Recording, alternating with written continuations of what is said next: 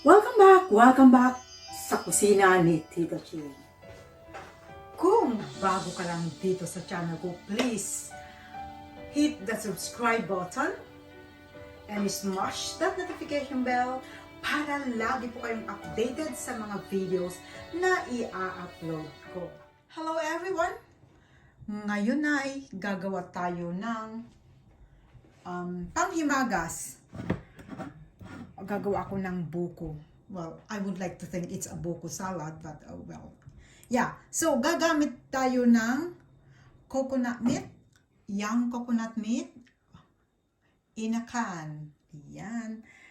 At maglalagay ako ng fruit cocktail, at saka mga nata di coco,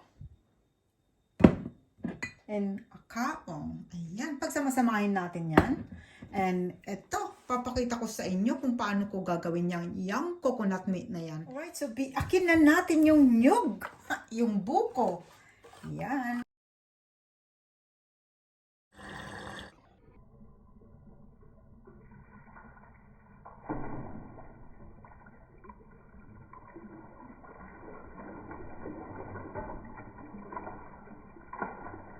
Tingnan natin ang ating buko kasi wala akong panggayat tulad sa Pilipinas. So, pagtsatsagaan natin na isa-isahin na ganituhin.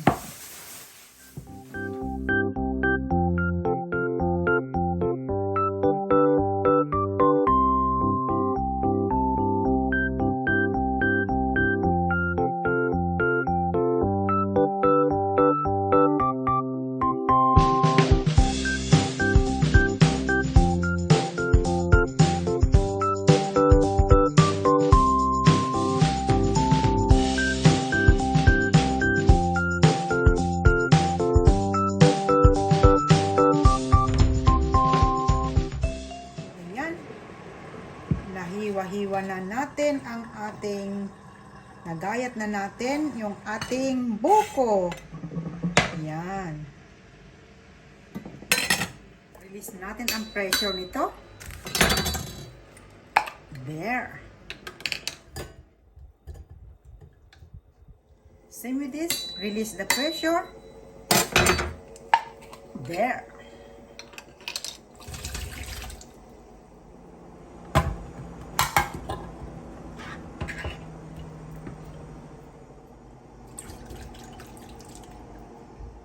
Okay, so lalagyan din natin ng British Matured Cheddar. Ayan, hiwain na natin.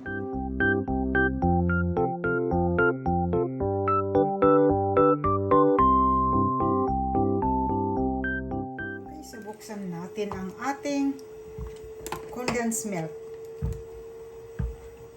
Kung mabubuksan, ayan, mabubuksan naman. Okay.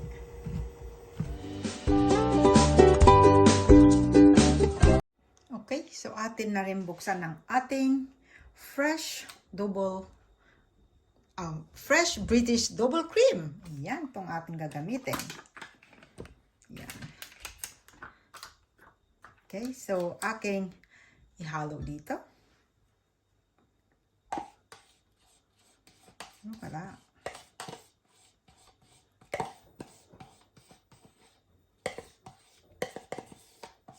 Then, mix natin.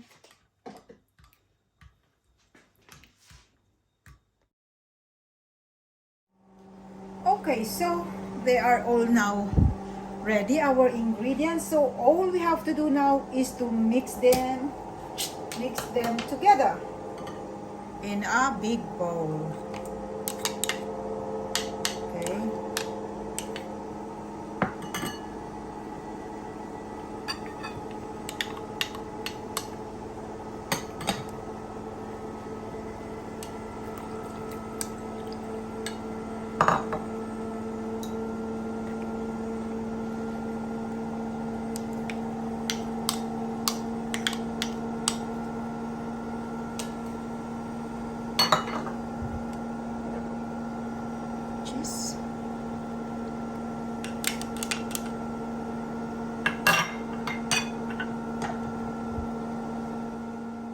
gonna pour our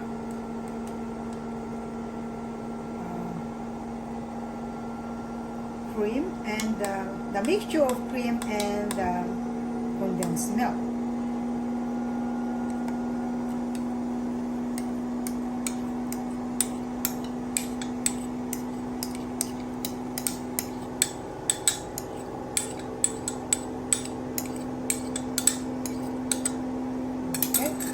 Okay, so now we just need now to mix it well. Ayan.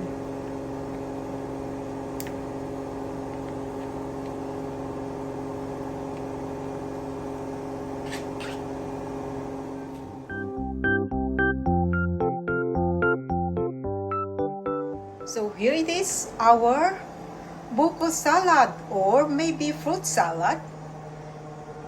Yeah, so yeah, this one is best served.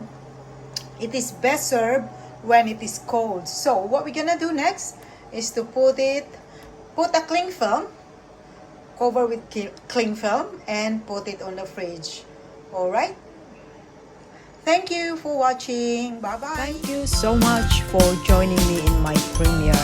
Now let's welcome my channel members. Please do connect and support to all of them, as they are all very legit and very supportive. Thank you very much. Bye. Watching. See you soon in my next vlog. Keep safe, everyone. Bye. Today's video.